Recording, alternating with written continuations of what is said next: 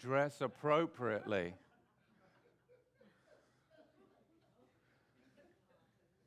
This is very fitting for the message today. This is very fitting that I dress appropriately. This is my Celtic hat, and we're going to be talking about Halloween and the believer.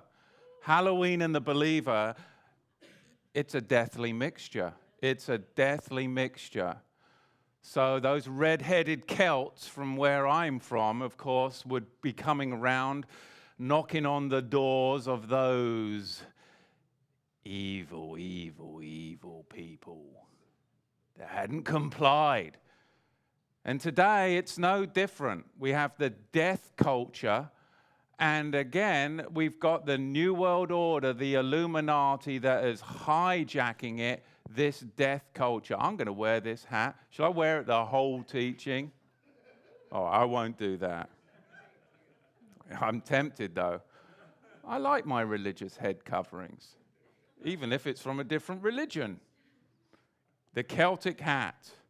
But Halloween really is, in all seriousness, it is a Celtic death festival. It's a Celtic death festival. And really, today, you can see it because spirits operate geographically and generationally. And we can see people getting so excited. I mean, it's amazing. I mean, growing up in England, there was Halloween, for sure. But then coming over to America to see the insanity of, it's like a $15 billion industry.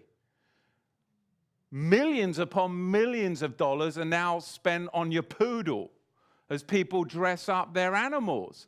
And you hear it about weeks and weeks in advance. I mean, it is a whole multi-billion-dollar industry, and it's insanity. And the culture loves it. It's the second biggest holiday in the United States after Christmas. I mean, it is so important to people. It's so important. And the sexuality and the perversion that is associated with it is just apparent for all to see. And who's the target of all that sexuality and perversion? The children that you're going to send out into the street amongst all the axe murderers and perverts. So now, though, we have a different thing that we can do, and we can call it trunk or treat, and let's Christianize it. Instead of sending your children out into the streets where they could get murdered or somebody could put a razor blade in an apple, now let's drive all the cars to the church parking lot and put our deck chairs out by the trunks, the boots of the car, and go from boot to boot, trunk to trunk. Because you know what? The spirit of compromise. Why not? In fact, let's not call it Halloween. Let's bring it into the assembly and we'll call it a harvest festival. Is that okay? I mean, don't we want our children to have the opportunity that the culture has? Don't we want our children to be able to dress up? Do we really want them to miss out on the culture? I mean, shouldn't we dress them up, but just bring them into a safe place? Bring them into a safe place. Oh, yeah, it'll be a Christian style. Christian style. It's the world, but Christian. What's wrong with that? Let's do the Harvest Festival. But if we're going to have a spirit of compromise, then is that what Yahweh has called for his people? To compromise? No. Excuse me while I adjust my costume here. I mean, I think it's crazy. I think it's crazy to compromise. I've always hated compromise. I'm sold out. When I was walking with the devil, I was sold out for evil and perversion and sickness. And now I'm sold out for Yahweh. I've been converted, and there is no compromise. It's all or nothing. It's all or nothing. I can't stand the spirit of compromise. We need to be a light. No, excuse me, we don't need to be a light. We need to be a flamethrower on the sick and perverted world that's going to come knocking on your door and try and encroach upon your doorstep evil, sickness, and perversion, because the target is the next generation. The target is the next generation, because demons operate geographically and generationally. Oh, somebody in the back. I'm repeating. We have to call it what it is. It's not a harvest festival. If you want to celebrate harvest, then Yahweh has made a place for you to do that. It's one of his 7 festivals. It includes Sabbath, so you might want to start looking at Sabbath, and it's called Sukkot. So if you're going to do it right, you do it Yahweh's way. Otherwise, you don't do it at all. Evil is evil, sin is sin, and death is death. And the Illuminati has hijacked this death culture of Halloween. I mean, just coming to congregation today, there's a couple of Harley Davidsons that are beside me, and there's death culture everywhere. Now they wear the cloths over their face that are the skeletons. But you see those skeletons and skulls on children's clothing, on fashion clothing. You can even open up a high-end men's catalog, and they've got the death bunny. You know, they try and dress it up and make it a little bit more sophisticated, and it's called the Psycho Bunny. And you see this, you know, on $200 scarves. You know, it's nice cashmere and what. So they're targeting everybody. You see this death culture everywhere. I'm always very wary when people come in and I look and I see, hopefully no one here today, when they're wearing a t-shirt and there's a wolf on it, or some magician, or there is a skull, because you're communicating something to me that you're not spiritually discerning what you're even wearing, because there is meaning behind it. Now the people with the death, they're all leaving. No, but you know what I'm saying? Isaiah 5:20. Woe to those who call evil good and good evil, who put darkness for light and light for darkness, who put bitter for sweet and sweet for bitter. We need to be a culture of Yahweh, which is a culture of distinction. And if we can't distinguish between what is sick and what is disgusting and what is holy and kadosh, then we've got problems. And that is the spirit of compromise. And compromise has to stop with the believer at conversion. I mean, does the power of Yeshua fully overcome Satan and his evil ways or not? Does it? Well, if it does, then our life, our holidays, our days should demonstrate that. And the spirit of compromise says, oh, well, you know, it's Halloween. People are going to come to your door. You can witness. You've got the whole of the year to witness. Use that opportunity. This night is the Black Sabbath. It's the high Sabbath of the witches, the warlocks, and those in the evil culture. It truly is. It truly is. John 3:19. And this is the judgment, that light has come into the world, and people love dark. They love it. Oh my goodness, they love it. Oh, it's Halloween. Got anything orange and black we can wear? Maybe some fishnet stockings? These are men talking right here, you know. I'm serious. They love the darkness rather than the light because their works are evil. For everyone who does wicked things, they hate the light. They don't like it when you call it what it is. They do not like when you call it out. It's a spirit of compromise. Trunk or treat, whatever you call it, it has no place in the congregation of the righteous. They hate the light, and they does not come to the light, lest his work should be exposed. You see, before the Romans, there was this mysterious Illuminati, meaning they were the enlightened power structure. There's nothing new under the sun. The Celts, with the third eye, right there, they were the Illuminati enlightened power structure of black magicians that roamed around the English countryside. They were called Druids. They ruled Gaul and Britain through terror. People were terrified of this mysterious black cultic priesthood. They had people believing that the spirits of the dead would cross over into this world for 3 days between the autumnal equinox and the winter solstice. The time was called Samhain.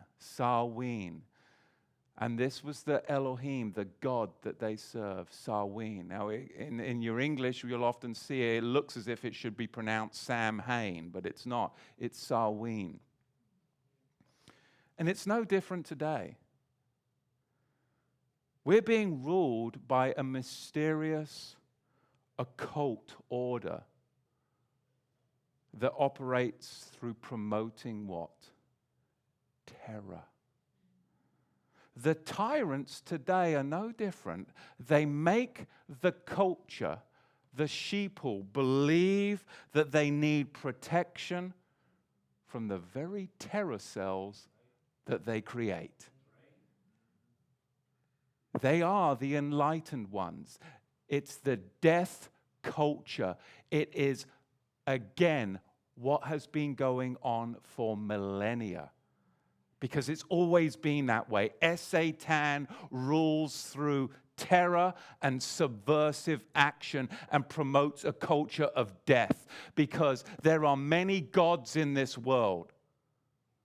But there is only one Elohim, and he is the Elohim of life. And people come to me and they can communicate all kinds of opinions and ideas which are liberal, conservative, about the Elohim that they serve. And I simply say, I understand what you're saying, but I serve Yahweh. And he is the Elohim of life. He is the creator from Genesis. What you're doing, is it producing life? Or is it producing death? That includes men's sexual perversion, because the seed is supposed to go into the woman, your wife. If your seed goes anywhere else, is that producing life or is it producing death? Because sexual perversion, pornography is huge within the church and with pastors. It's a disgusting subject, but if you went back to what I'm talking about, is your action producing life or are you producing death? Then that tells you whether you should be doing it or not. And it clears up everything from abortion to sexual perversion. And that's the answer. Serve the Elohim of life, and your actions will be all about life. You know, it's amazing. It's amazing. So these Romans, they saw the wickedness of this Druid religion, this Druid black magic priesthood. In 1 John 1:15, it is written, "This is the message that we have heard from him and proclaimed to you, that Elohim is in fact light, and in him there is" what? Just a little bit of darkness. No, there is no darkness. There is no darkness. John, Yochanan 8:12. And again, Yeshua spoke to them saying, "I am the light of the world," he said. "Whoever follows me won't walk in the darkness, evil, sickness of Halloween." I'm paraphrasing, but you get my message. But they'll have a light of life. The light of life belongs in Yahweh's word, and he has celebrated and communicated how to worship him in light through his Shabbats and his feasts and festivals. You see, there was a Roman work by Julius Caesar, and it was called the Gallic Wars. And it reports that the Druid priesthood, they demanded every household would give up a family member annually for sacrifice, or they would be cursed. Every family that survived in Druid-held territory had to betray a family member every year. You see, the death culture wants you to betray your family. How you can betray your family is by sending your children into the government re-education camps. You're betraying your children. Because Yahweh says that you have a charge, and that is what?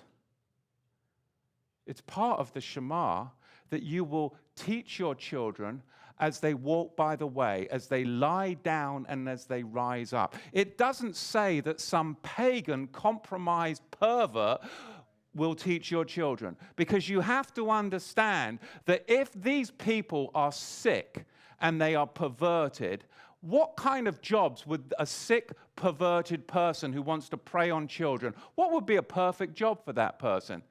It would be a job where they had access to children. How many times do you read in the newspapers, high school sports teachers, high school teachers, kindergarten teachers, the janitors that work in schools are caught doing despicable acts to children because they have what?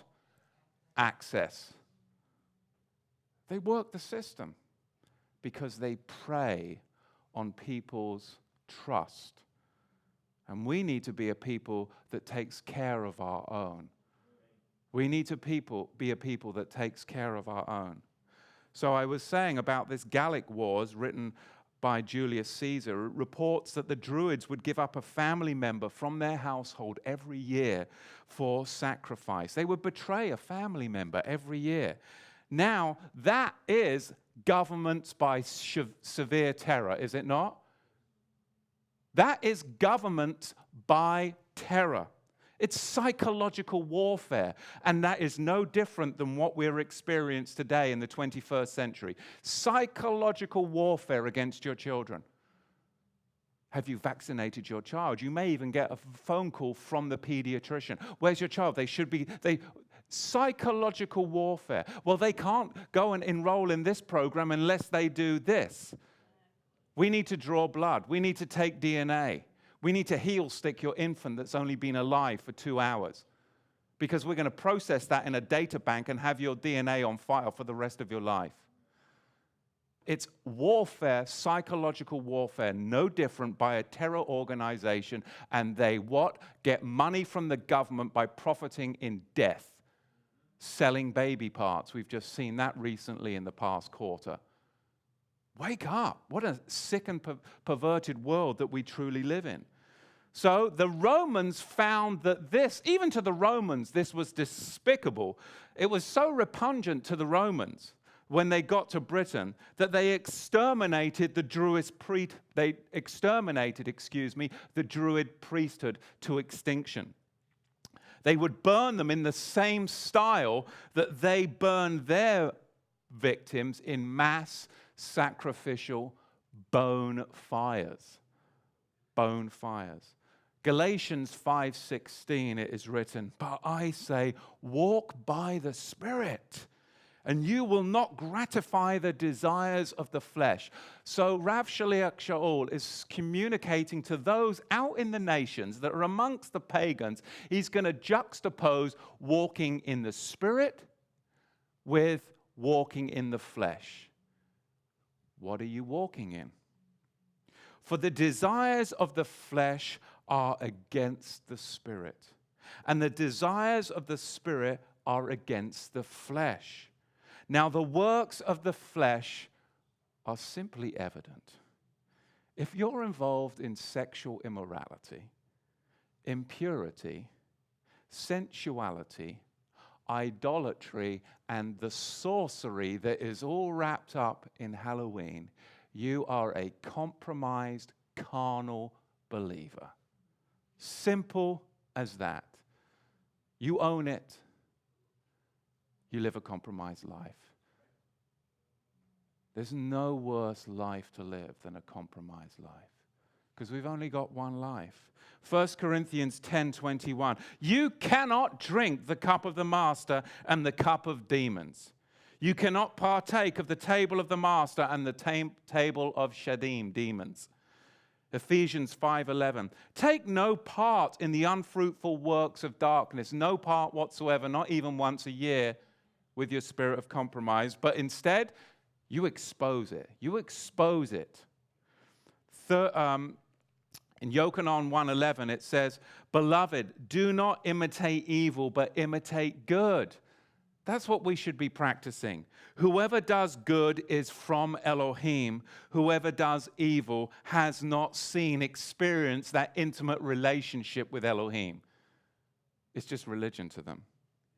You see, All Hallows Eve, it became, as we know today, Halloween. It originated in the 7th century of the Common Era. It was originally celebrated on the 13th of May, and it was a night for remembering the deceased dead saints and martyrs. You see, the Roman Catholic Church, whenever a person was martyred, they would become a saint. So they ended up with so many bloody saints that it was almost like every day they were worshiping the dead. Oh, this is another, okay, it's another. And they're like, we've got to do something about this. How about we make one day a year and we'll just throw all the dead saints and we'll just worship them and they can intercede for us on that day. Now, the writer of the book of Hebrews says there is no mediator between Yahweh and man but the Son himself, the Melchizedek. Not some dead pope that you pump full of formaldehyde, rolled out in the Vatican for 13 days, that his big fat finger swelled up so much that when you kissed it, it got stuck in your nose. I mean, that's what they did with it. I mean, can you imagine the stench of that guy? Disgusting. They need to do that to the next guy, the current guy, don't they? Seriously. But anyway, what happened then when they decided to take all those saints and roll them into one day, the date was changed by the Roman Catholic Church for that purpose from May 13th to November 1st, All Saints' Day, in order to Christianize this evil Samhain holiday. That's called syncretism, and it never works. It's the spirit of compromise, and the fruit of that is compromise because it's coming from the tree of compromise. 1 Thessalonians 5:22, abstain from every form of evil. You see, the Protestant settlers that came to America, they didn't even participate in Christmas or All Saints' Day because they knew it was from hell. They knew it was just another superstitious way of the Celts. But that all changed when the Irish came over because the spuds weren't coming up out of the ground that year. The Irish potato famine of the 1840s. Now you get all the Irish coming over with all of their shamrocks, little elves, all of the little weird, crazy voodoo, not voodoo literally, but, basically all of the strange customs of the Irish. Bloody Irish. But I can say that because I'm actually a quarter Irish. And I grew up with all that kind of stuff. Look what the tea bags say. Bloody tea bags. Really? Let's see what the tea bags say. Seriously. That'd be my grandma, Little kid, really? It's PG Tips. It says, make me another cup. But most of the immigrants that came over with the Irish potato famine, of course, they were Catholic. And they brought with them all the syncretism from the religious observances of the Celts, the land, the folklore, and of course, the Samhain demon death culture. 2 Corinthians 6:14. Do not unite together in marriage with unbelievers. For what fellowship has righteousness with Torahlessness? And what mingling has light with darkness? These are questions that we must answer. Yaakov, James 4:4. You adulterous people, do you not know that friendship with the world, it's enmity with Elohim? If you're a friend of the world, you are an enemy of Yahweh. That's a serious charge. If you're a friend of the world, you are an enemy of Yahweh. Therefore, whoever wishes to be a friend of the world makes himself an enemy of Eloah. Matthew 22, verse 37, it is written, the first and greatest commandment is thus, is to love Yahweh. Not with part of your heart, but with all of your heart, with every ounce of your being, and all your thoughts, to be dedicated to Yahweh. Because Yahweh alone is the giver of life. He's the giver of all good things. To give recognition to false gods and to imitate practices that honored them is totally unacceptable to the Bible believer. It's idolatrous. It limits the power of Messiah. And that's the charge. You're limiting the power of Messiah by living a life of compromise. Christians who believe in the final authority of the Bible, which tells us not to participate in or practice the ways of the heathen, should be what? They should be ashamed of themselves for either participating in or providing an alternative to Halloween. Why? Spirits, demons operate geographically and generationally. Mishlei, Proverbs 22, verse 6. Train up a child in the way he should go. Even when he is old, he will not depart from it. Are you going to train your child up in a cult death culture? Then guess what? When they turn 18 and they start cutting themselves with razor blades to get attention, when they start wearing death culture and they're hopped up on prescription pills that the New World Order is funding through the Obama program, they're so depressed and they're suicidal, you wonder why. What did you train them up on? The death culture? They're going to love death. Did you let them lock themselves in their room and jingle away to Beyonce and Katy Perry? Did you? Well, then you are going to expect the fruit of that. But if you do not compromise and you train your children up in the word of Yahweh, will they depart from it? We have a promise and a guarantee. We have to live our lives with hope and faith, because that's the only life that we're called to. And we've all made mistakes, but we can stop today. I'm not condemning people. I was raised in a death culture. I did lock myself in my bedroom, but there was no Katy Perry back then.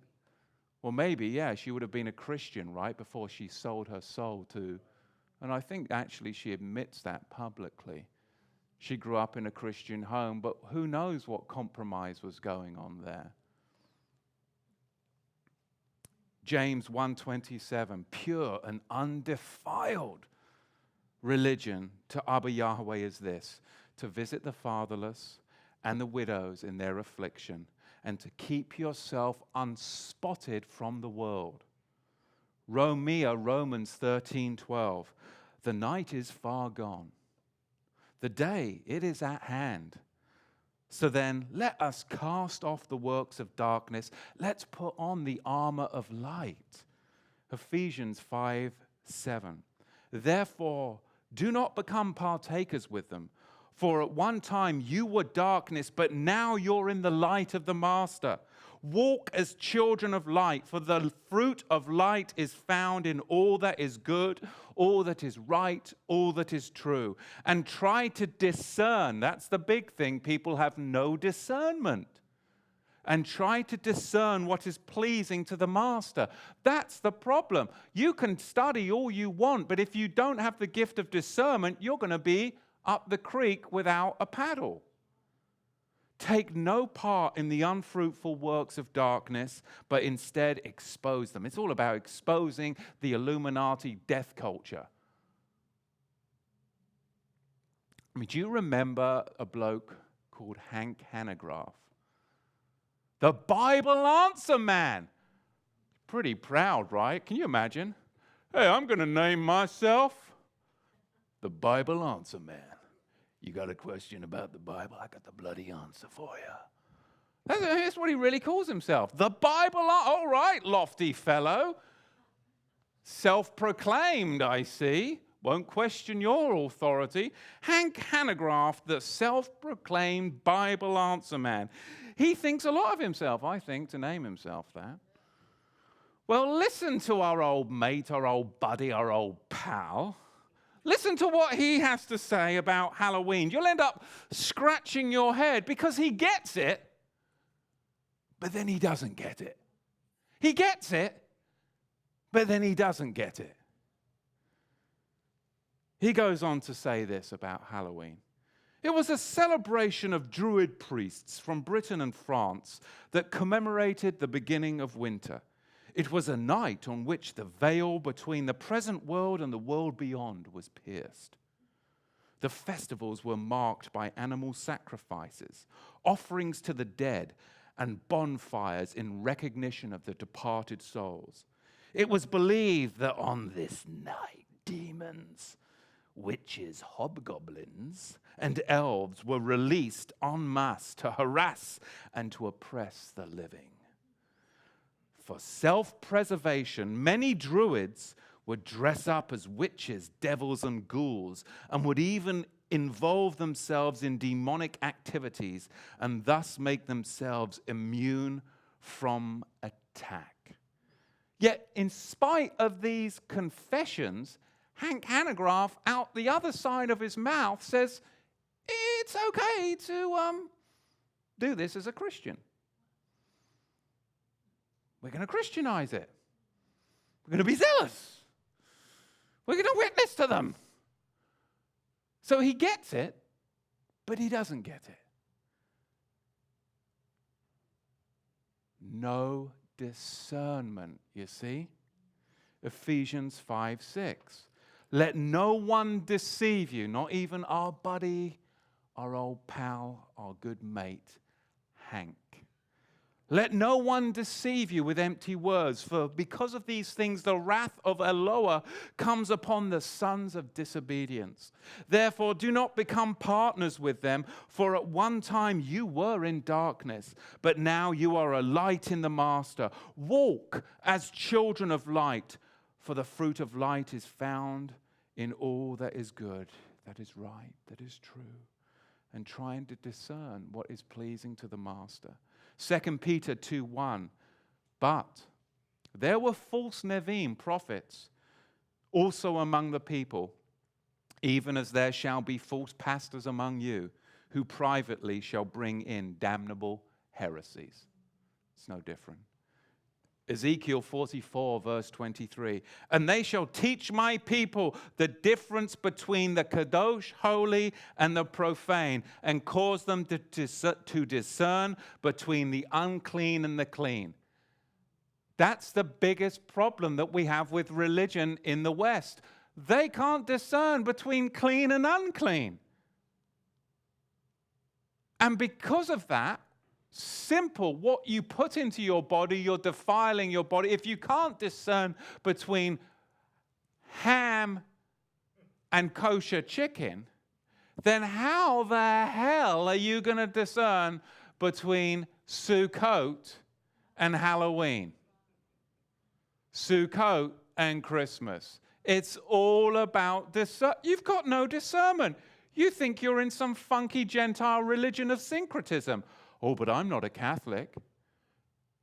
But you're doing everything that is Catholic.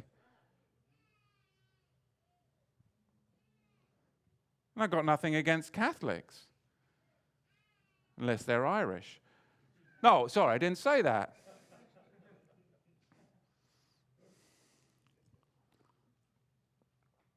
It is, though, the Black Sabbath of witches, October the 31st. And Yeshua says to us all, why do you call me Lord, Lord, and you do not do the things that I say? Why do you do that? You see, witches were said to fly around on brooms over crops so they could teach the crops to grow. It was a fertility myth. In reality, Halloween is the festival of Samhain. Time was believed to stand still, and the souls of the dead walked amongst the plains of central England. Gifts of food were left out for those roaming ghouls with the hopes of fending off evil from the household. It was Celtic New Year. 1 Corinthians 10:31 tells us how we should address food. So whether you eat or drink, whatever you do, glorify Yahweh. That doesn't mean compromise. It means, is this what you're partaking of, glorifying Yahweh, or is it glorifying Satan? 1 Thessalonians 5:21, do not reject prophecies, test them all, hold fast to what is good, abstain from all, that means all, which means all forms of evil, and may the very Elohim of Shalom separate you complete. Oh, I don't want to be separated from the culture. I don't want to stand out. You see, October the 31st is the most important day in the satanic year. It's the most important day. That's the thrust for this day. It's Satan's birthday in reality. Now, this, of course, steps on people's toes, but birthdays are actually Satan's day.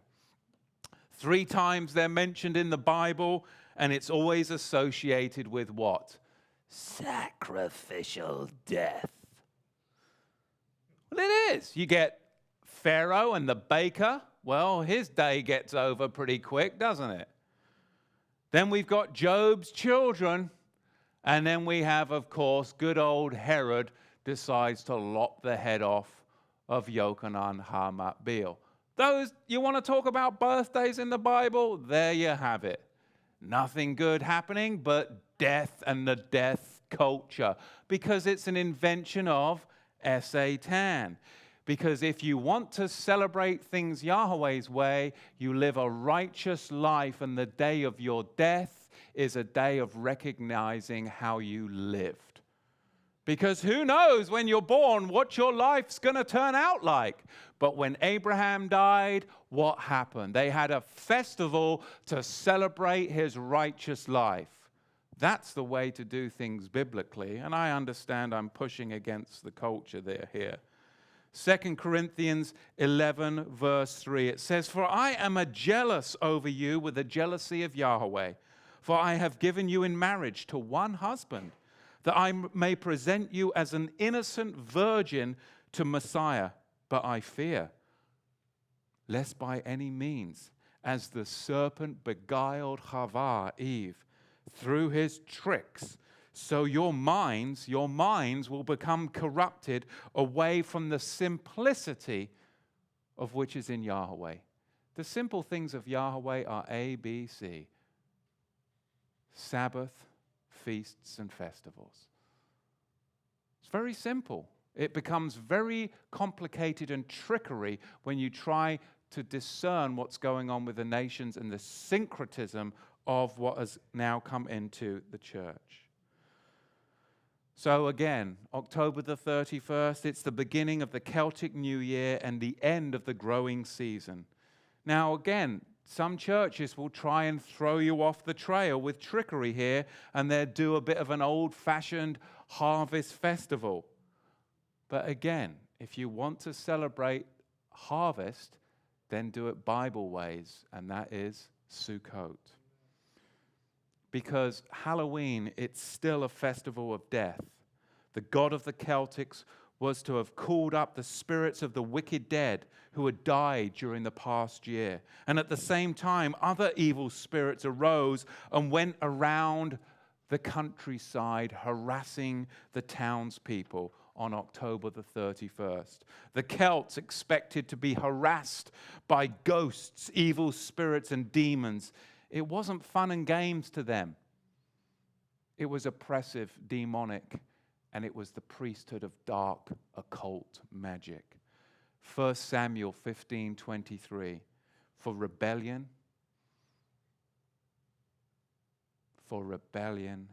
is the sin of divination and witchcraft. You're in rebellion against Yahweh if you compromise with Halloween. You're truly in rebellion. You're in presumption, and it's an iniquity, and it's idolatry, because you have rejected the Bible words of Yahweh. You will find that he will ultimately reject you. This is how we're to live. And if it's not in here, don't do it. They would light bonfires to guide the spirits to their own town and to ward off evil spirits. Certain children would be burned alive on these bonfires as offerings to Samhain and offerings to the sun. Parents would tie yellow ribbons around oak trees as prayers to the sun to have their children returned and spared. And we see that today. Parents are mourning that their sons are in Afghanistan, and will they come back? And what do? Now they get the metallic yellow ribbon and stick it to their car. But where does this come from? It comes from Halloween. It comes from Samhain worship, where you would hope that your children would be returned to you. We live in a death culture. Deuteronomy 12:1.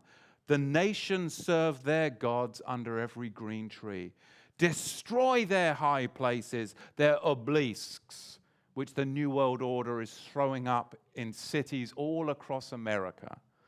Burn their Easter images, Ashtoreth images, with fire. Cut down their carved images and destroy their names. You shall not worship Yahweh your Elohim in such a manner. Druids, their god was Woden, where we get Wednesday, Woden's Day, the fourth day of the week. We're immersed in it. We can't see the wood for the trees. 1 Corinthians 10:9.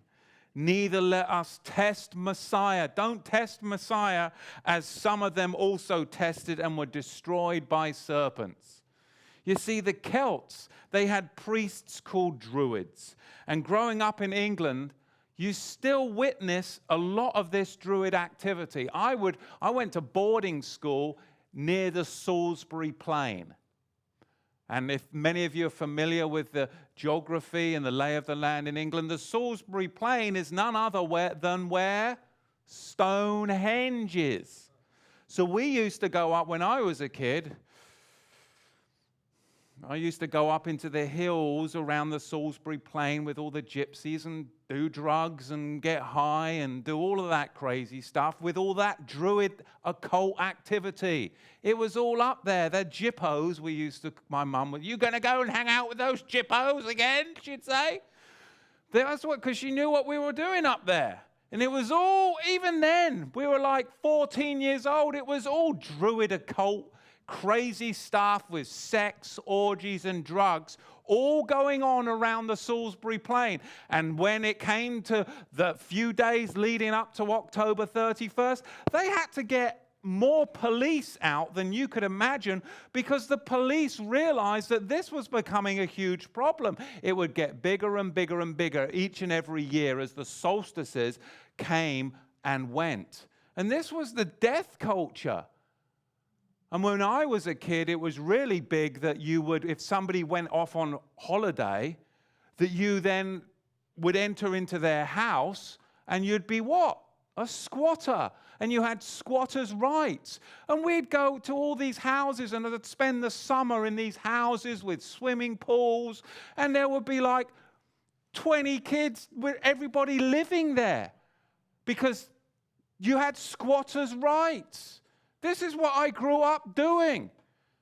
Swimming in pools and doing drugs and involved in all of this Druid death culture of the gypsies around the Salisbury Plain.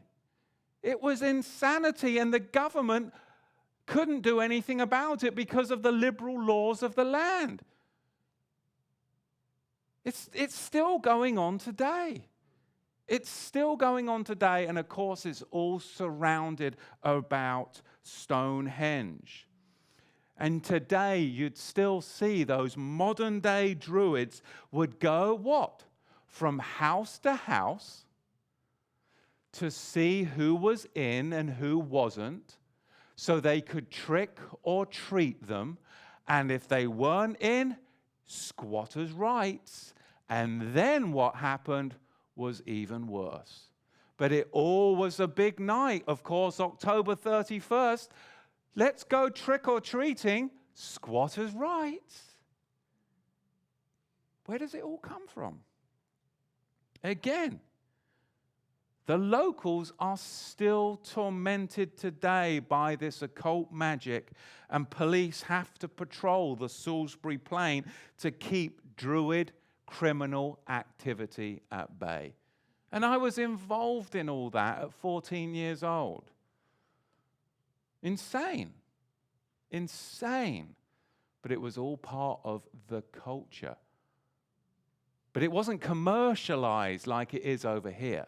Oh no, we didn't go get dressed up or anything like that. You see, it was a cult, it was subversive, and it was so ingrained that it was dark and it was evil. And it was always involved sex and drugs. Because that is what you see.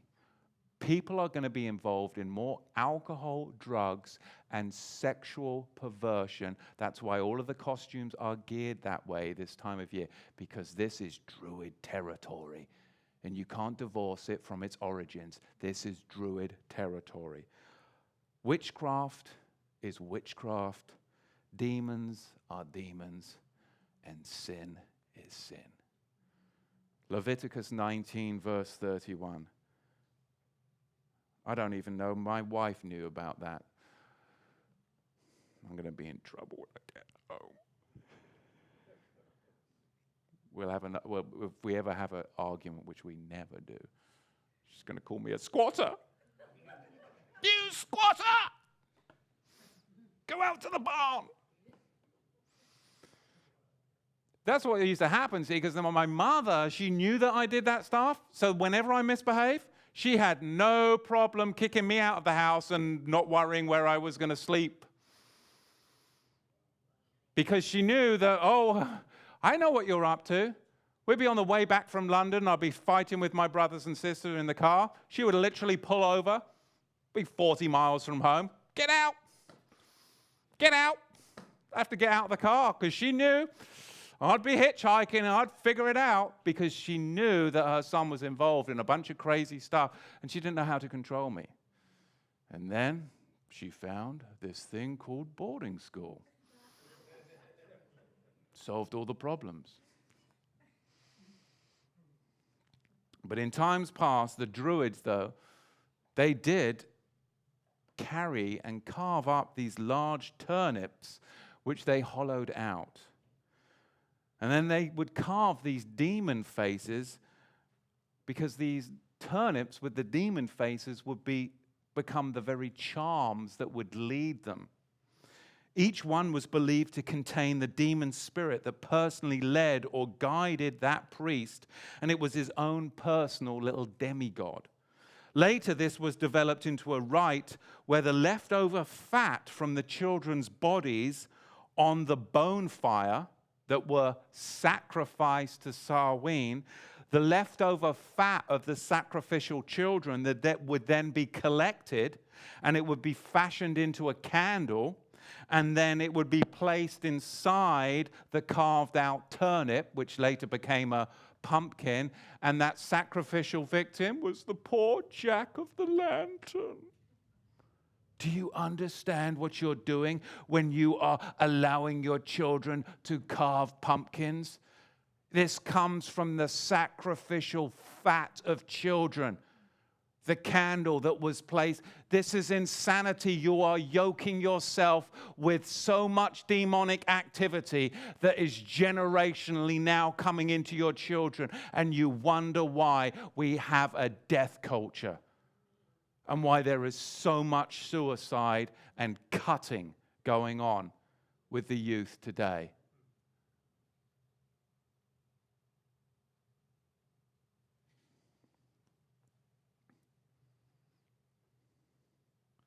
Now, the Spirit expressly says that in the latter times some will depart from the faith by devoting themselves to deceitful spirits and the teachings of demons.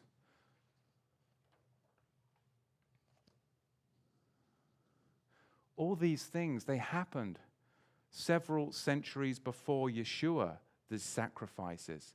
But sacrifices were made to the gods, especially to the gods of death. It's been going on for millennia. But the Druids, they had this particular way of doing it that instilled terror among the plains folk of central England and southern England. The god of death, Samhain. Sacrifices to Samhain were offered from animal to vegetable, and later, Jack of the Lantern, a combination of both.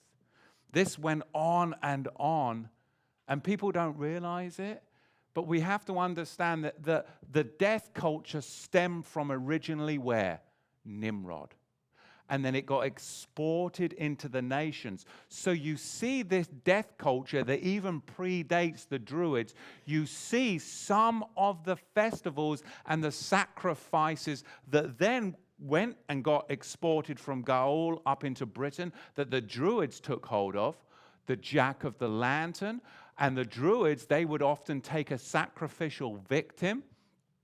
They would put the sacrificial victim in a wooden wicker cage, and then they would bring the cage before the people, and then they would set the person on fire inside of the cage. Now, what many people don't realize this year is when ISIS did that to the Jordanian pilot, that was actually a Druid rite, but it predates the Druid rite because Nimrod had exported these rites to the nations, so even the Islamic world is practicing many of these things. That was none other than a Halloween sacrificial ritual of a Jordanian pilot. You see, but we don't understand this because we don't understand our history. It's all part of that death culture, Deuteronomy 18:10, there shall not be found among you anyone who makes his son or daughter pass through the fire, one who uses divination, one who practices witchcraft, or one who interprets omens, or a sorcerer, or one who casts a spell, or a medium, or a spiritist, or one who calls up the dead. For whoever does these things is detestable to Yahweh. And because these detestable things, that Yahweh your Elohim will drive them out before you. In 1 John 3:4 it says, whoever committeth sin also commits lawlessness, for sin is lawlessness. It's none other than necromancy and divination. Because this October the 31st, this was the night of fortune telling and divination, when the ghouls would draw close and they'd give you some special secret magic. They called on Satan to bless their efforts. This is where we get the custom today of bobbing for apples. How many of you bob for apples? That's very big in America. They would put apples in a tub and bob for them. The one who came up first without putting the apple in his teeth was to have good luck throughout the next of the year. The Druids would then peel the apples and throw the peeling over their shoulders, and then they'd quickly turn around and they'd look for an apparition of a ghoul who would then tell them a fortune. Deuteronomy 18:9. When you enter the land which Yahweh your Elohim gives you, you shall not learn You shall not imitate the detestable things of those nations. In the 8th century, the Roman Catholic Church made allowances to accommodate the barbarians. And in an effort to get the people to stop the festival of Samhain, they invented, like I said, All Saints' Day on November 1st. This, again, was a poor attempt to get the people to turn away from the horrible observances of Samhain. All Saints' Day was intended to honor the martyrs of the Roman persecutions, but like I said, syncretism, it never works. Philippians 4:8, finally, brethren, whatever is true, whatever is honorable, whatever is right, whatever is pure, whatever is lovely, whatever is of good repute, if there is any excellence, and if anything worthy of praise, dwell on these things. Spend your time on these things. Does Halloween fit this mold of holiness? Does dabbling in witchcraft and the occult once a year bring honor, bring glory to Yahweh? These are simple questions and hopefully simple answers.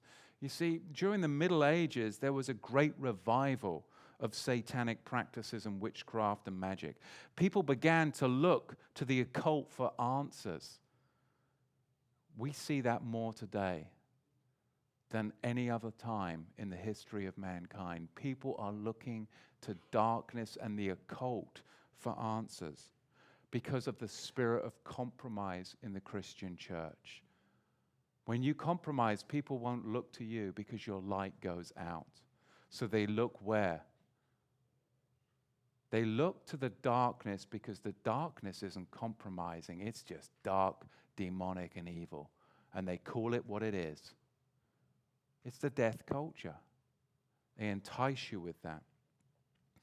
We see this today. Villagers look to the ghouls to intercede in times of harvest and drought, and they believe that witches traveled on those broomsticks to the black Sabbaths to worship Satan on October the 31st. They were guided by ghouls in the form of black cats. The Druids worshipped cats, believing them to be reincarnated evil people.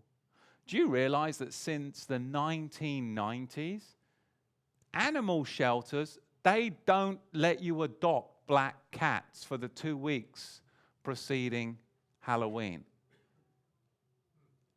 Animal shelters since the 1990s. This is from the New York Daily News. Quote, "This is a time when blood rituals take place," says Hedy Litke, Director of Animal Placement at the ASPCA. Black cats are often sacrificed. See, they're very well aware of it in the death culture because it's all part of the synchronistic form of worship.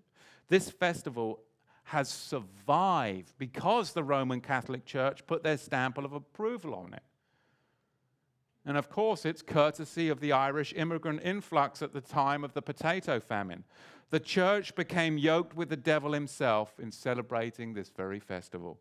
All Saints' Day became All Hallows' Day. Hallow means holy or sacred. Are you calling this a holy day? October the 31st is the evening before All Hallows' Day and came to be called in the Western world All Hallows' Evening and then All Halloween. Een, of course, being an abbreviation for evening. The word was reduced to the way we have it today, Halloween. That's where the name came from, and that's why people go out on Halloween. It has nothing to do with the Christian faith. It has nothing to do with the Bible. It's purely the spirit of compromise. Hosea 4:6. Why do people do it? Why do believers do it? They're not going out trying to be evil. Because my people are destroyed for lack of knowledge. Because you have rejected knowledge, I also will reject you. that you shall not be a priest to me, seeing you have forgotten the Torah of your Elohim. I also will forget your children. It's going to affect your generations because you've forgotten the Torah. He's not going to have you as a priest under the order of Melchizedek because you're too busy practicing the priestly rituals of the Druids and the occult. You made a choice. You chose wrong. Do not join a denomination. Join the priesthood, the Melchizedek priesthood. The whole theme of Halloween today is one of darkness, death, fear, threats, destruction, and pure evil. There's bats. Oh, yes. There's owls. Spooky. There's witches and broomsticks and ghosts and death and monsters. There's even this thing. I just had to put it on one more time. You can dress your children up as zombies. I've got my eye on you. Demons. You can dress your children up as witches, ghouls, werewolves. Then send them out into the streets where all the perverts and murderers are. Because your city, they house all the child molesters in your neighborhood. That's what they do. They don't send them out into the country. No, the city sends the child molesters into the neighborhoods. They get a little posting at the library or maybe on a tree or maybe a little tag down at the bar. This pervert is coming to your neighborhood soon. And this is all allowed. Oh, you've got to give them a second chance. Yahweh would say, cut their nuts off. And am I allowed to say that? I do. I think we might have a scriptural verse that supports that, right? If it causes you to sin, cut it off. We'd solve the problem real quick. Real quick. But that's what people do. They threaten. They demand food. They send their kids out into the darkness to reenact the Druid rituals, demanding food from people under threat of tricks or curses if they don't comply. But look at the costumes available for children today at Halloween. We've got costumes for 7 to 8-year-old girls and even younger that are just downright degrading. The vast majority of those sold in stores are unabashedly sexually alluring. It's despicable. Combine that with the influence of fantasy role-playing games that we have today, Dungeons and Dragons, and all the lyrics and symbolism and the influence, like I said, of Beyonce and Katy Perry and their music and their performance festivals, which are totally occult. It's no wonder the spirit of compromise has invaded the church. Isaiah 8:13, but the Master of hosts, him you shall honor as holy. Let him be your fear and let him be your dread. Not the culture, not those threatening. And now, with legal pot in Oregon, I'm having to deal with personally with teenage stoner gangs, their symbols, their vandalism. You see it more with this teenage suicide and, like I said, cutting by adolescents dabbling in the occult, crimes committed by self-styled satanic practitioners, including grave robberies, church desecrations, animal mutilations, and even murders. And out the children go. Out the children go into the streets at night. Really? Not with a turnip, no. Oh, no, we'll send them out with a big, massive pumpkin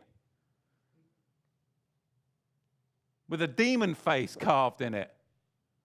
Can you imagine sharing this to somebody from some culture they'd go, you people are nuts. Insane.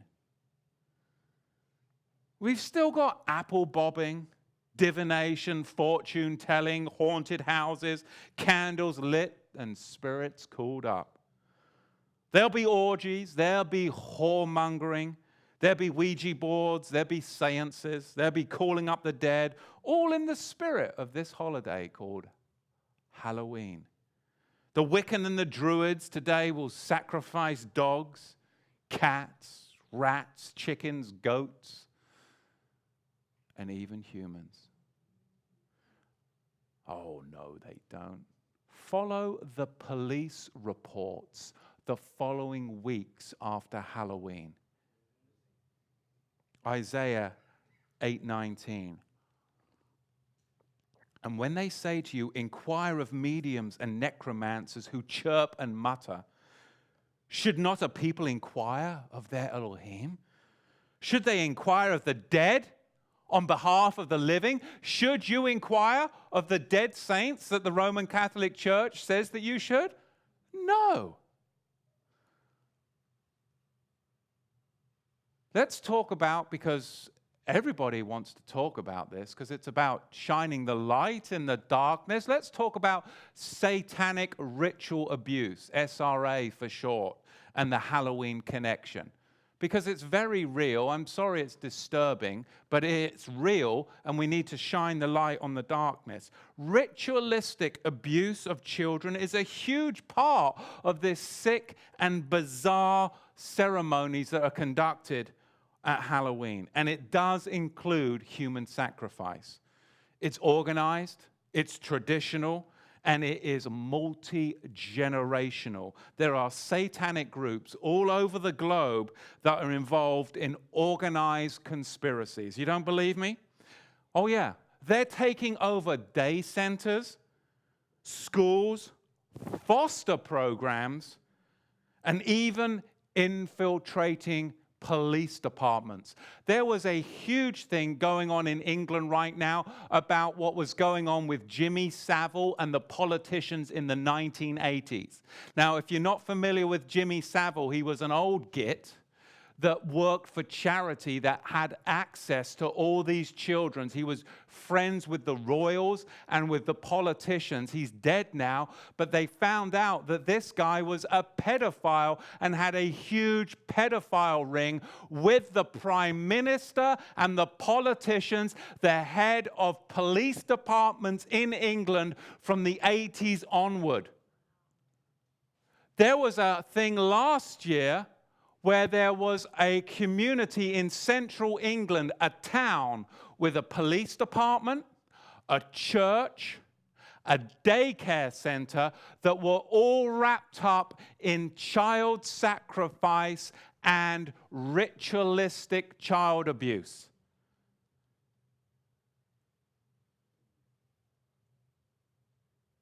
And people don't want to deal with this. But it's documented. It's documented, and it's multi-generational.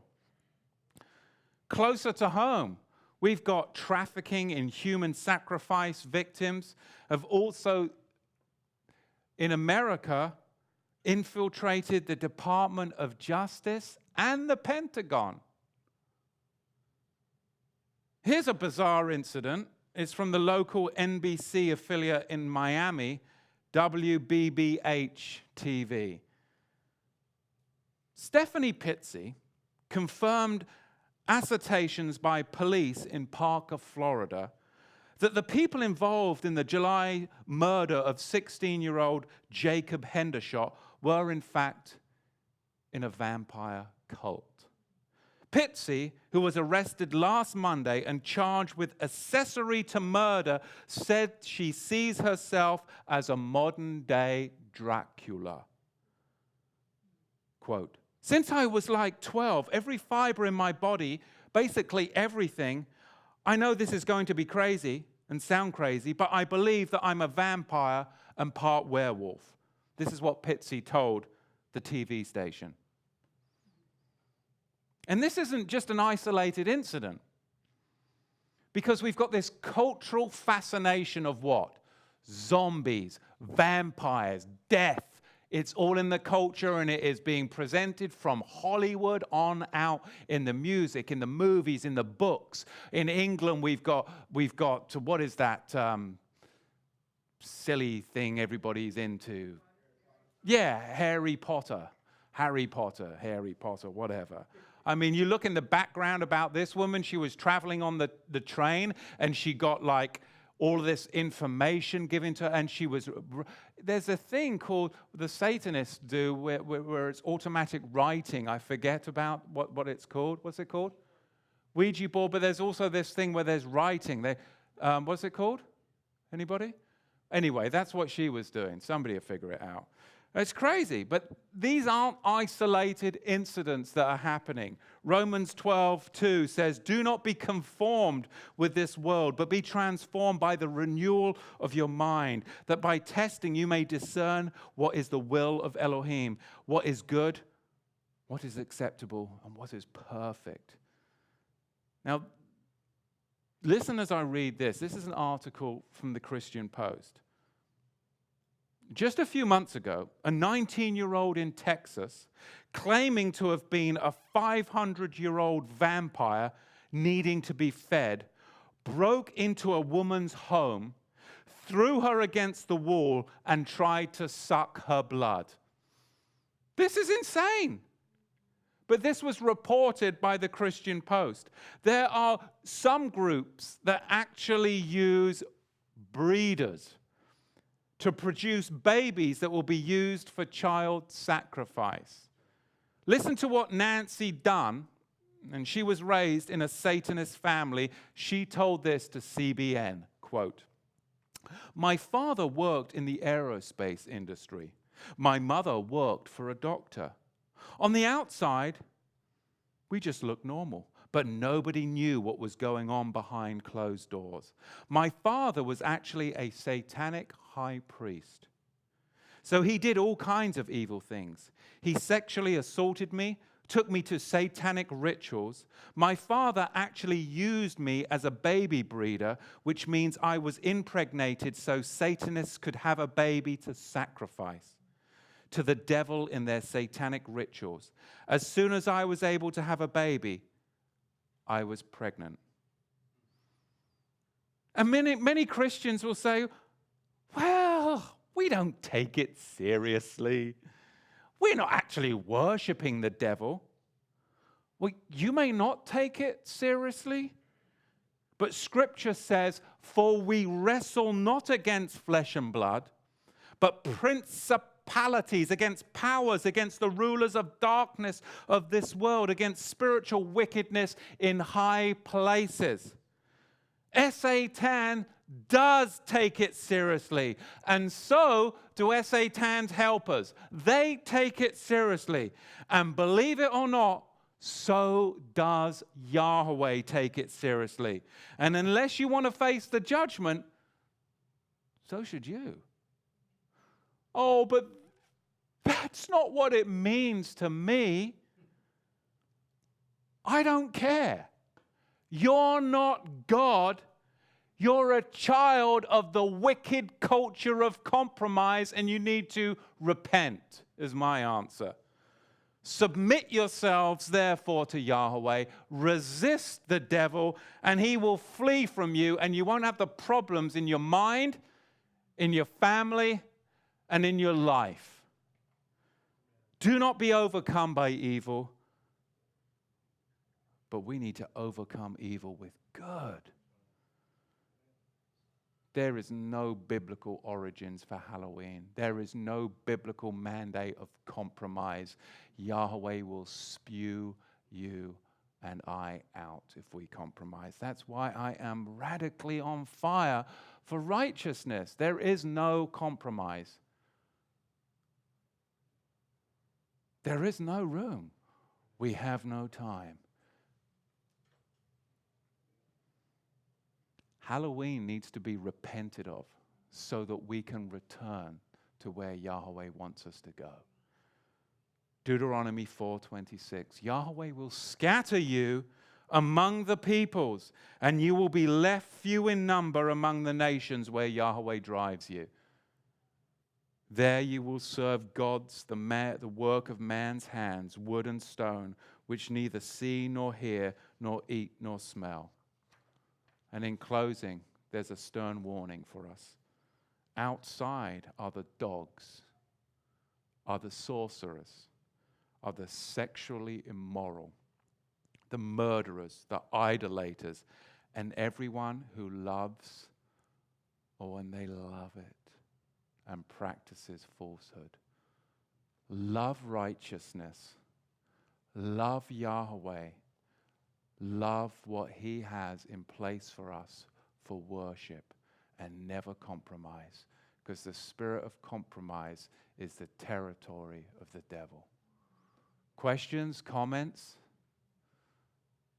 Turnip, pumpkins.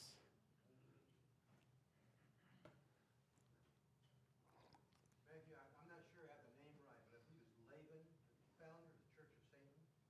He made the comment that he was glad that Christian parents allowed their children to worship Satan at least once a year. Wow, yeah. Anton LaVey, yeah. In fact, I believe,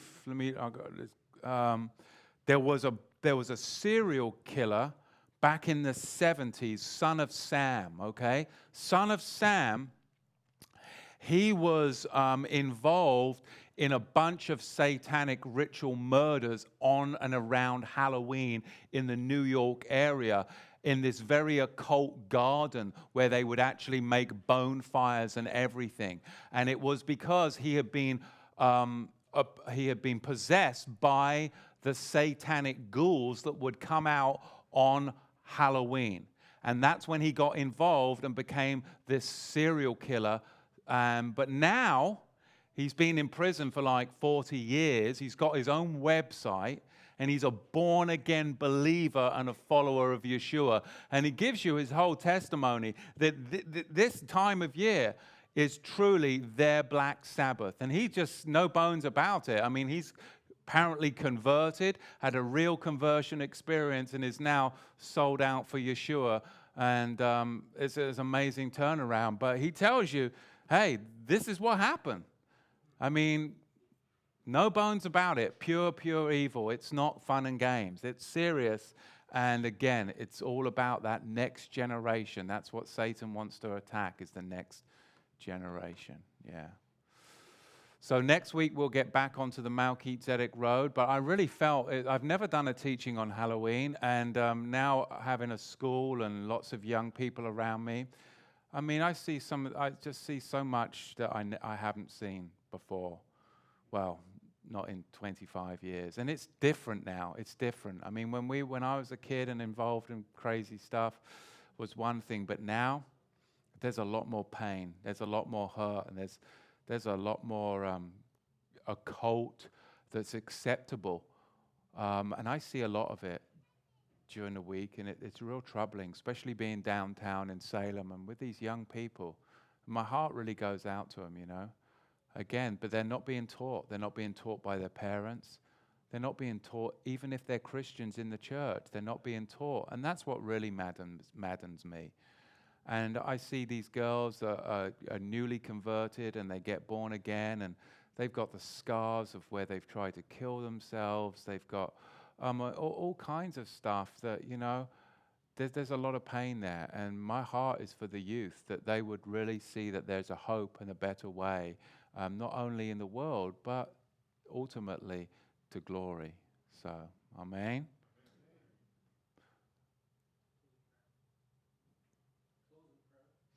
Oh, we do want to close in prayer. And also, I want to make an announcement. We're very excited. We have a Russian translator that we want to welcome to the Torah to the Tribes ministry, that's going to be translating for us over in Russia. So we're really excited about that. I believe also German as well. We have German and what? Arabic as well. Isn't that amazing? We're looking for Spanish. So anyway, Father, we thank you so much. We ask that you would guard, surround, and protect your people. That Abba, that you would destroy the works of darkness and the spirits of compromise. And that Abba, that you would truly take back the territory that has been given. And that Abba, that your people would raise up the banner of righteousness to this generation for the sake of the next generation to come. in Yeshua's mighty name. Amen. Amen.